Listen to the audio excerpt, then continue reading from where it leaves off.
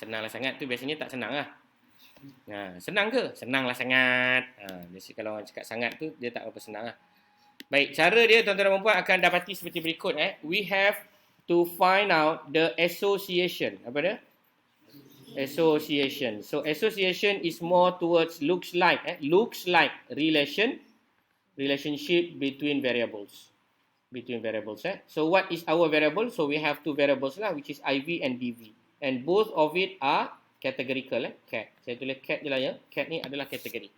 Example, anda ada data yang dinamakan sebagai jantina. So, jantina ini adalah categorical ke numerical? Categorical, okay? So, you punya DV, contohnya adalah stress. Stress anda categorical ke numerical? Numerical. So, macam mana you nak deal with this combination of the two variables? Anda boleh tak buat correlation? Dia adalah correlation yang membolehkan. Tapi yang itu saya tak pelajari kepada tuan-tuan dan puan lah. Secara basic dia tak boleh lah. Sebab numerik adalah menggunakan ratio ataupun satu lagi dipanggil sebagai interval. Betul? Format data dia lain. Therefore, we need to change the category from numeric into categorical. Kenapa kita change? Sebab jantina ni memang dah dalam kategori. Boleh tak kita nak change jantina ni kepada numeric? Boleh ke tak? Impossible lah. Memang tak boleh. Yang kita letak nombor 1 dan 2 tu pun bukanlah data yang menunjukkan male tu satu. Tak. Dia hanya indikator kepada komputer sahaja. Therefore, we can't do that. Therefore, kalau macam ni punya cara, how you want to relate it? Macam mana anda nak buat satu ujian hipotesis yang menunjukkan perkaitan antara variable? Therefore, you need chi-square. So, chi-square akan membantu, but you must change the stress into the stress.cat lah ataupun sebagainya. Kenapa saya kata .cat? Kena ubahlah kepada bentuk kategori. So, kalau dalam data kita dah ada belum? Dah ada ya. Benda ni dah buat awal Oh, baguslah. Siapa yang buat ni hari tu? You all buat Saya buat Oh, saya pun tak ingat lah. Tapi kalau tuan-tuan tengok kat sini kita ada lah kan yang depression or not depression, okay or not okay. Cuma tak best je data ni sebab dia tak banyak lah, dia tak meriah. Tak apa, whatever it is, kita boleh belajar konsepnya. Baik, apakah konsep dia? Konsep dia as simple as this. When you run any hypothesis with regard to the chi-square, you need to understand a few assumptions. Assumption yang pertama, chi-square adalah untuk non-para. Itu adalah yang pertama anda kena jelas. Yang kedua, chi-square ini juga memerlukan data asal. Data asal. So, kalau tuan-tuan dan puan ada data dalam bentuk rates ataupun peratusan, maka tak boleh pakai lah. Kena cari nilai sebenar ataupun count sebenar. Okay, so kalau you have the percentage, you need to convert into the population, for example, to get the real count. Okay, jelas Okay, yang ketiga, chi-square ni tak boleh pakai jika expected value less than 5, more than 20%. Yang ini mungkin you all tak faham, tapi saya bagi contoh yang paling mudah macam ni. Katakan kita ada 4 kumpulan. Berapa kumpulan? 4 kumpulan. Kalau 4 kumpulan, secara umum dia, kalau kata dia similar proportion lah. Kalau 100%, maknanya kat sini kena 25%, 25%, 25%, 25% kan? Betul tak? Katakan ada salah satu, katakanlah ni group A, group B, group C, group D. Betul? Katakan group D ni kita dapat kosong. So, kalau dapat kosong, maknanya expected count dia akan jadi something lah kan? Dan kalau expected count dia tidak dapat dikira ataupun dikira kurang daripada 5 count, contohnya dia dapat 4. Yang ini 20, 10. Tiba-tiba satu kumpulan 4. So, ada berapa expected count less than 5? Ada satu. Ada berapa? Berapa di sini merujuk kepada cells dia. Ada berapa sel? 1 sel, 2 sel, 3 sel, 4 sel. So, ada satu sel expected count less than 5. So, that means 1/4 times by 100%. What you will get? You will get 25%. 25% ni above 20% or not? Above. Therefore, you tak boleh pakai chi-square. You kena pakai alternative methods. Okay, kalau you tak faham, tak apa. Sekejap lagi you akan jumpa alternative method yang berkenaan. Baik, mari kita mulakan kita punya hypothesis. Hypothesis kita akan bermula dengan conceptual hypothesis as follows. Hypothesis kita akan jadi seperti ini. IV independent 2dv. Ini asas dia. Faham? What about our alternative hypothesis? IV dependent to dv. Bahasa mudahnya kita akan kata faktor tidak bersandar dengan kesan ataupun output lah. Dan yang ini kita akan kata faktor bersandar dengan kesan. Okay, kalau dalam penulisan umum untuk para saintis lain membaca ataupun examiner anda faham, you probably will write something like this. Anda akan tulis macam ni lah. There is no significant apa? There is no significant association between IV and dv. So what about your alternative? Your alternative will be the vice versa of your first statement, which is there is a significant association between IV and dv. Ini adalah contoh macam mana nak membuat hipotesis null dan juga alternatif bagi chi-square. So contoh dia, saya nak buat perkaitan. Contoh dia, saya nak buat perkaitan antara jantina. Let's say I want to use it for gender. So what is my hypothesis null? Saya akan kata there is no association between apa? Between gender and depression. Katakanlah depression. Depression ni pun saya tak akan tulis depression score. Saya akan tulis depression status. Apa dah? Depression status. Sebab apa saya kata status? Sebab dia akan ada status OK dengan status tak OK. Okay? Sebab dia mesti dalam bentuk kategori. So what is our alternative? There is association. There is a significant association between gender and depression status. So, itu dia punya cara. So step yang nombor 2 apa nak buat? Macam biasalah kan. Nombor 2 apa? Alpha. Nombor 3. Okey, dengar baik-baik. Nombor 3 ni kita akan run and report. Untuk makluman tuan-tuan dan puan, selain daripada chi value, kita juga boleh request another value selain daripada chi value dan p value. Di dalam chi-square ni dia ada dipanggil sebagai symmetric measures. Apa dia? Symmetric measures. Symmetric measures ni dalam bahasa mudah dia kita panggil sebagai pseudo R. Apa maksud pseudo? Pandai, tipu. Maksudnya R yang menipu. Kejap lagi, bila tuan-tuan run, tuan-tuan akan dapat satu nilai. Nilai itu bolehlah dibuat interpretasi seperti.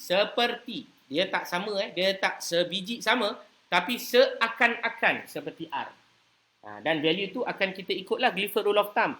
Kalau kurang daripada 0.2 dikira negligible, 0.2 sampai 0.4 dikira low, 0.4 sampai 0.7 moderate, 0.7 sampai 0.9, 0.9 ke atas. Ini semua adalah contoh yang anda boleh apply dalam symmetric measures. Kejap lagi dia akan bagi. Jelas? Jelas ya? Okey, nombor 4 apa dia? Decision. Dan yang kelima adalah conclusion. Saya baru kena bagi disclaimer siap-siap. Data ni sangat sikit dia punya sample size. So possibility untuk dia buat violation tu adalah sangat tinggi. Tapi tak apa, kita adapt je sebab kita akan pelajari cara untuk membuat interpretasinya. Mari kita lakukan. Pertama adalah tuan-tuan dan puan dijemput untuk tekan butang analyze, descriptive, cross tab. Analyze, descriptive, cross tab. Dah? After that, you are going to click the cross tab button. And then anda akan ada prompt seperti berikut. Kita ada row, kita ada column dan juga numbers of radio buttons. Okay. Now, anda kena ingat bahawa column must always be your DV. Untuk mengelakkan anda tak faham, to avoid you from confusion, you can right click on the display name of the variables. Then you got the list lah. And then you have here is depression.cat. Nampak tak? Depression.cat is our depression status. Then you are going to insert it inside the column. Column must be your DV. Saya ulang. Column must be your DV. Kemudian what about our rows? In this example, I'm going to use the gender as the examples. By right, anda tak boleh gunakan mana-mana data yang tidak berbeza. Kalau kita ingat balik, gender kita ni tak ada beza pun dengan stress level, betul tak? Kenapa kita masukkan dalam equation? Just to give you an example. By right, anda ada 10 independent variable, for example. Daripada 10 ni, mungkin 5 je yang significantly different. Betul tak? Those yang significantly different sahajalah yang akan dibuat ujian korelasi lah, yang akan dibuat ujian association lah, dan lain-lain ujian yang sama waktu dengan dia. Okey, dah masukkan dah? Okey, tekan butang statistics. Dah tekan? Anda boleh request for the chi-square checkbox over there on the top left corner of this particular radio button, followed by the nominal of the contingency coefficient and pi and Cramer's V. The another 2 checkbox down there on the nominal. This one are able yourself to generate the symmetric measures that I mentioned to you before. Okay, I make another repetition. First of all, go to analyze, descriptive, cross tab. Lepas tekan cross tab, anda boleh right click dan display name variables, and after that you insert your depression.cat. Do not put anything inside the column or rows with regard to the numeric data. That numerical data must be being categorized first, according to your justification lah. In this case, contoh, saya buat pada certain standard kan. Kalau dia lebih level ni, dia kira okey. Kalau dia lebih daripada level ni, dikira tak okey ataupun tak sihat lah. Bawah daripada level ni, dikira okey. Okey, yang pertama, masukkan kolom ini dengan anda punya DV, followed by your IV. Your IV are going to be inserted in the row, which is the A1, is your gender. Kemudian, klik anda punya statistics radio button on the right, followed by the another checkbox. 3 checkbox need to be ticked, followed by this one, chi-square, nominal, contingency coefficient, and pi and Cramer's V. Done? Continue, and then another one, which is called as a cells.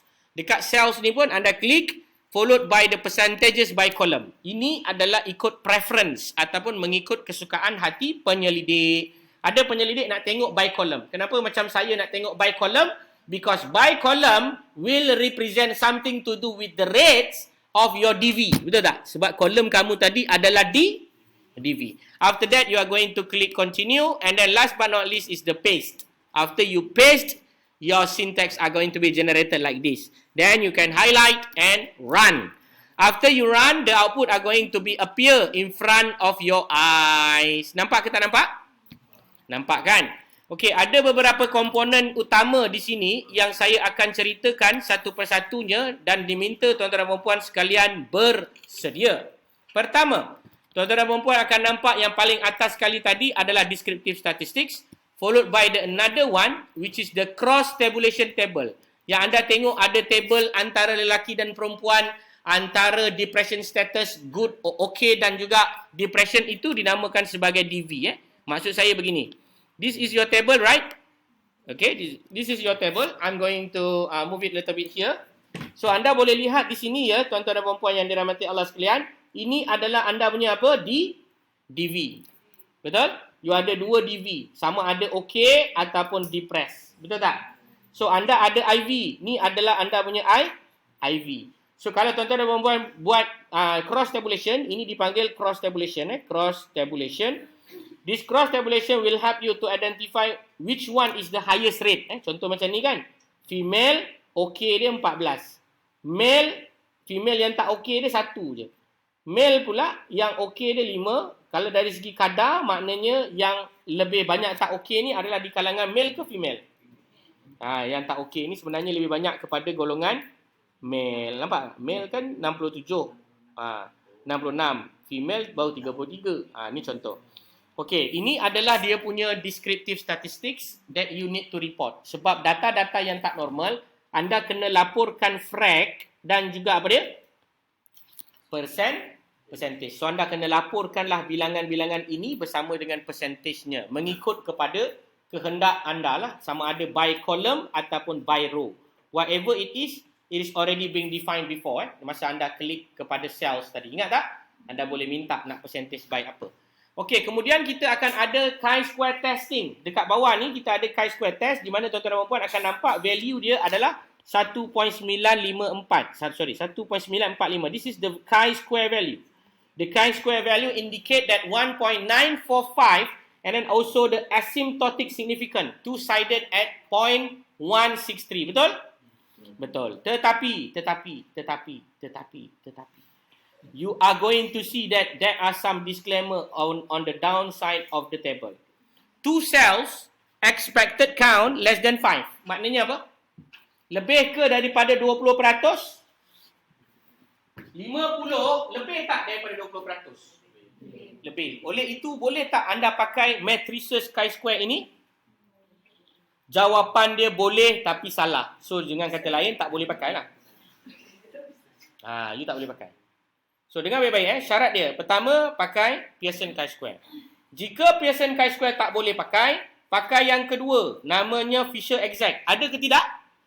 Ada, dia ada bagi. Fisher exact ni, masalah dia tidak ada value. Kena jelas Dia hanya ada P value sahaja. So, anda akan tengok daripada contoh ini, anda akan ambil apa? Anda akan ambil Fisher exact lah. So, which one the Fisher exact that you are going to be extract? This one. 0.227. This one, this value is your what? Your P value. So, apa jadi nanti kepada anda punya chi value? Dia akan jadi NA. Faham Kenapa dia NA? Sebab kita tak boleh ambil chi value yang ni. Kenapa tak boleh ambil? Sebab dia violet ke violin? Violate the use of the chi-square. Jelas? Jelas Okey. So, itu adalah urutan dan peraturannya. Katakanlah. Katakanlah. Apa nak dikatakan tu? Apa nak dikata? Yang pertama tadi saya dah bagi tahu Pearson chi-square. Yang kedua adalah Fisher exact. Katakanlah Fisher exact pun tak ada. Apa dia? Tak ada tu maknanya the SPSS are not going to produce that one matrices ataupun nilai, maka you akan pergi yang nombor 3, namanya likelihood ratio. Faham? Likelihood ratio followed by the another one is linear by linear association, and then the last but not least is the continuity correction. Jelas? Ini urutannya. Kalau tak boleh pakai chi-square, pakai Fisher exact. Fisher exact tak ada, pakai linear by linear association. Faham? Followed by the another one. Kalau tak ada Fisher exact, pakai likelihood ratio. Tak ada likelihood ratio, pakai linear by linear association. Tak ada, last kali pakai continuity correction. Kalau kesemua ni tak ada, confirm salah kira. Mana anda masukkan variable tadi salah. Dia tak keluar apa-apa lah. Anda masuk dua-dua dekat kolom, dia tak keluar lah. Anda kena masuk satu dekat kolom, satu lagi dekat rows. So, based on this information, we know that the P value is actually indicate the value of 0.227. I want to ask you another time, whether this value of the P is more than or less than our alpha? More than. If more than our alpha, what is your conclusion? What is your decision? You want to reject or fail to reject? Decision kamu adalah fail to reject. Bagus. Soalan dan jawapan itu dijawab dengan sempurna. So, what is your conclusion? There is no significant association between gender and depression status. Saya suka jawapan tu. Itu adalah jawapan yang benar dan tepat. Maka anda telah mendapat markah 100% untuk perkara ini. Tapi ditolak sikit lah sebab tak lengkap lah anda punya conclusion tu. Nak tolak berapa? Tolak 5 lah. Dapatlah 95. Okey. Okey tak okey? 95 okey lah kan? La in syakartum la azidannakum wa la in kafartum inna azabi lasyadid. Okey, tiba-tiba pula nak jadi ustaz Ini adalah contohnya. Baik, saya bagi anda masa lebih kurang 5 ke 10 minit untuk tuan-tuan dan puan-puan membuat eksplorasi dan tolong jawab soalan berikut. Pertama, adakah terdapat perkaitan antara anxiety, anxiety dengan ni contoh soalan exam kamu Adakah terdapat perkaitan antara anxiety dengan environmental factor? Dengan environmental factor diberi bahawa environmental factor will be as follows. Environmental factor akan dinilai berdasarkan kategori berikut. Sekejap Okey.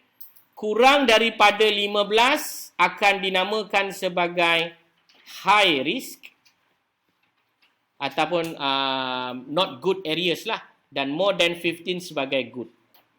Ini dia punya indikator. So tuan-tuan dan puan-puan dah boleh nampak kat sini. Tolong tengok apakah perkaitan antara anxiety dengan environmental factors. And then we give the cut off over here. Kenapa saya bagi cut off? Siapa tahu? Sebab tak ada .cat. Environment.cat ini tidak ada ke? Environment.cat ada? Ada. Tak ada. So kena buat. Pakai apa? Pakai redo ke pakai recode? Redo. Salah, bukan redo. Recode. So you need to recode. You need to transform the code. Analyze. You akan pergi kepada transform, recode into different variables, and then you are going to change it. Siapa yang kurang daripada 15 are going to be identified as the group number 1, for example. And then siapa yang you identify more than 15 are going to be identified group number 2. So number 1 ni kita akan kata sebagai risk, number 2 ni kita akan kata sebagai healthy ataupun safe lah, safe. Ni contoh. So tolong buat, saya bagi anda masa agak banyak sikit sampai pukul 3 suku. Sebab soalan ni susah ni saya tengah buat trial ni, nak tengok anda boleh tak buat, adakah anda boleh catch up atau anda bercicap. Okey, saya serahkan kepada anda.